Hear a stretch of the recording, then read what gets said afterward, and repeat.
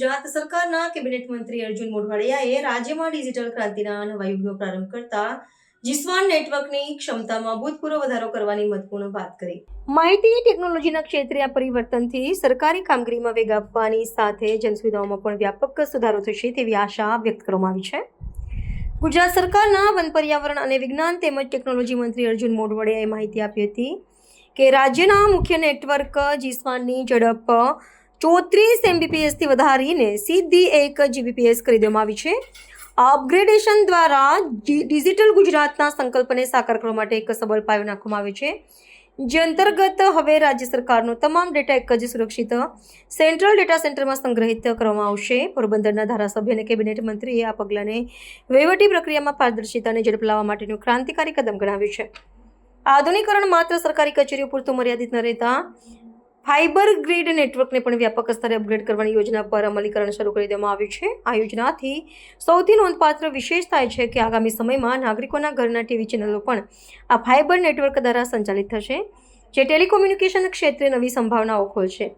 આ માળખાકીય સુધારાથી છેવાડાના ગામડાઓ સુધી હાઈસ્પીડ ઇન્ટરનેટ કનેક્ટિવિટી પહોંચાડવી સરળ બનશે, જેનાથી શિક્ષણ, આરોગ્ય અને ઈ-ગવર્નન્સ સેવાનો વ્યાપ અનેક ગણો વધી જશે. માનનીય અધ્યક્ષશ્રી, જીસ્વાન નેટવર્ક 2001માં શરૂ કરવામાં આવ્યું ત્યારે એની સ્પીડ હતી માત્ર 34 Mbps. એમાંથી વધીને આજે માનનીય અધ્યક્ષશ્રી 34 Mbpsમાંથી કલેક્ટર ઓફિસ સુધી જે સ્પીડ છે આપણી એ 1 Gbpsની થઈ ગઈ.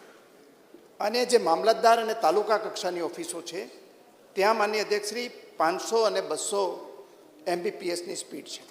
એટલે ખૂબ સારી સ્પીડ આપી શક્યા છે.